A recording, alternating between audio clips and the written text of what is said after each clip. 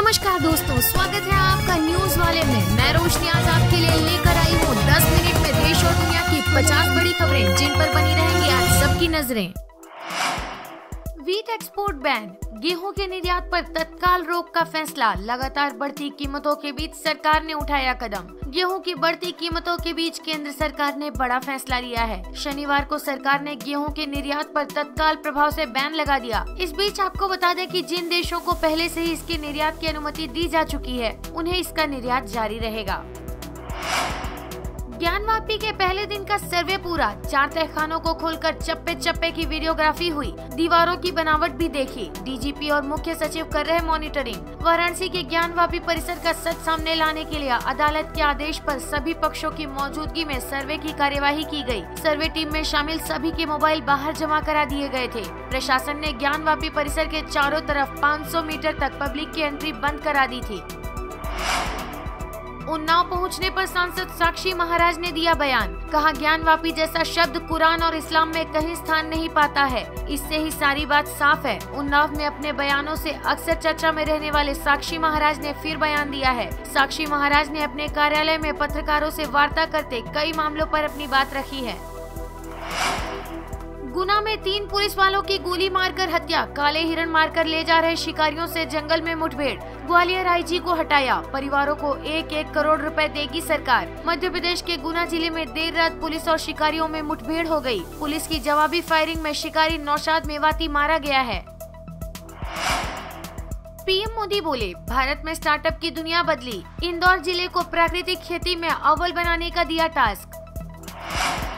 दिल्ली की बिल्डिंग में आग, 2 दमकल कर्मचारियों समेत 27 की मौत, 29 लापता। बढ़ सकता है मृतकों का आंकड़ा। बिल्डिंग मालिक हिरासत में। फायर ब्रिगेड से पहले ग्राम सभा की टीम ने संभाल लिया था मोर्चा। लोगों को बचाने में जुट गए थे बच्चे, बूढ़े और जवान। सीएम केजरीवाल और सिसोदिया पहुंचे मुंडका। कंपनी के 2 मालिक गिरफ्तार।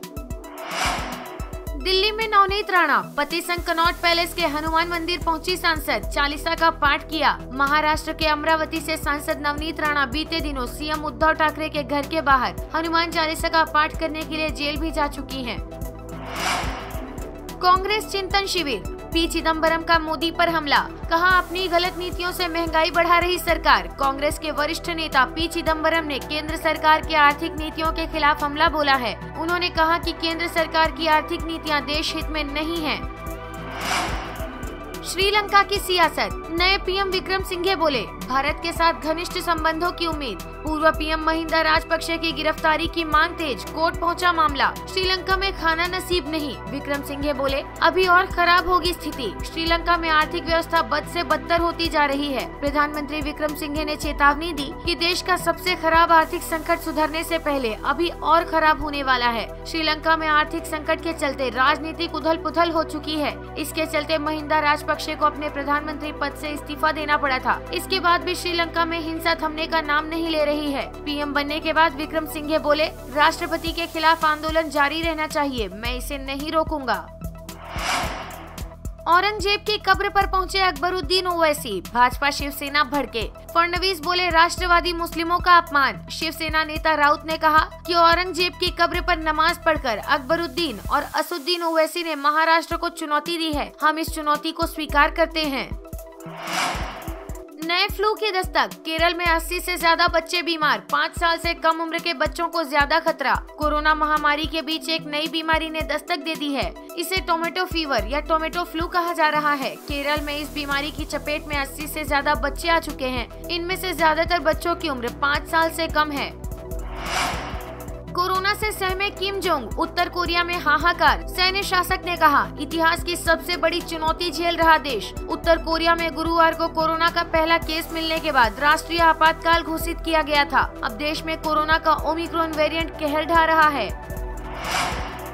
अपात्र राशन कार्ड धारकों की बढ़ेगी मुश्किल। 24 रुपए प्रति किलो गेहूं और 32 रुपए प्रति किलो चावल की दर से होगी वसूली। यदि आप अपात्र हैं तो अपना राशन कार्ड सरेंडर कर दें, वरना सरकार बाजार भाव के हिसाब से वसूली करेगी। शासन ने प्रदेश भर में फिर से राशन कार्डों के सत्यापन के निर्देश दिए हैं। केंद्र सरकार ने प्रधानमंत्री गरीब कल्याण अन्न योजना के तहत आवंटित होने वाले गेहूं के कोटे को कम कर दिया है। इससे उत्तर प्रदेश में इस योजना के तहत बांटा जा रहा गेहूं वितरित नहीं होगा। इसके बदले कार्ड धारकों को चावल का वितरण किया जाएगा। प्रदेश में ये व्यवस्था जून माह से लागू करने की पूरी तैयारी की जा रही है। केंद्र सरकार ने इस योजना में शामिल विभिन्न राज्यों का गेहूं का कोटा बेहद कम या बंद करने का फैसला किया है, जिसमें यूपी भी शामिल है। इसके बदले चावल का कोटा बढ़ाने की बात कही जा रही है। हिमाचल विधानसभा के बाहर खालिस्तानी झंडे लगाने का आरोपी परमजीत पम्मा गिरफ्तार, रोपड़ पुलिस ने पकड़ा।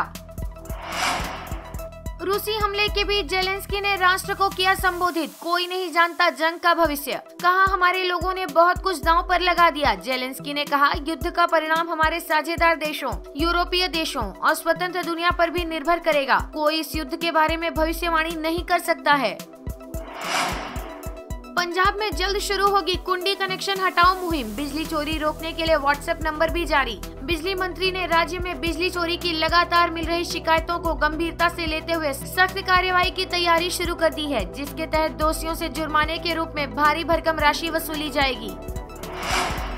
रूस यूक्रेन जंग, यूक्रेन का दावा, इस साल के अंत तक जंग हार जाएगा रूस। पुतिन को हटाने के लिए तख्ता पलट करने का काम जारी। मेजर जनरल किरिलो बुडानोवा ने कहा कि अगस्त में इस लड़ाई में एक टर्निंग पॉइंट आएगा। यूएई के प्रेसिडेंट का निधन, लंबी बीमारी के बाद शेख खलीफा ने अंतिम सांस ली। देश में 40 दिन का राष्ट्रीय शोक, सरकार ने खलीफा के देहांत की पुष्टि कर दी है। देश में 40 दिन का राष्ट्रीय शोक घोषित कर दिया गया है। इस दौरान राष्ट्रीय ध्वज आधा झुका रहेगा। 3 दिन तक सभी सरकारी दफ्तर और मिनिस्ट्री बंद रहेंगे। इनमें प्राइवेट सेक्टर भी शामिल है। भारत में 1 दिन का राजकीय शोक घोषित। कई शहरों में आज भी 45 पार होगा पारा। एमपी का नौगांव 48 डिग्री तापमान के साथ दुनिया का 7वां सबसे गर्म शहर। देश में गर्मी का कहर जारी है। पिछले कई दिनों से पारा 40 डिग्री के पार बना हुआ है। खटाई में ट्विटर डील, एलॉन मस्क ने $44 अरब की डील को ऑन होल्ड घोषित किया। स्पैम अकाउंट कैलकुलेशन को वजह बताया। दुनिया के सबसे अमीर शख्स एलन मस्क ने कुछ दिन पहले $44 अरब में ट्विटर खरीदने की डील की थी। रेलवे में बिना एग्जाम होगा सिलेक्शन, 10वीं पास उम्मीदवार 3 जून तक कर सकते हैं आवेदन। भारतीय रेलवे में अप्रेंटिस के 1044 पदों पर भर्ती निकली है, जिसके लिए 24 साल तक की उम्र के 10वीं पास उम्मीदवार रेलवे की ऑफिशियल वेबसाइट पर जाकर 3 जून तक ऑनलाइन आवेदन कर सकते हैं। नौकरी की बात, रेलवे एसएससी समेत कई विभागों में 4000 से ज्यादा जॉब, वीडियो की भी भरी जा रही है 792 पोस्ट। सरकारी नौकरी की तलाश कर रहे युवाओं के लिए खुश करने वाली खबर आई है। रेलवे, एसएससी, आयुष मंत्रालय समेत कई विभागों में 4000 से ज्यादा वैकेंसी पर इस दौरान ऑनलाइन फॉर्म भरे जा रहे हैं।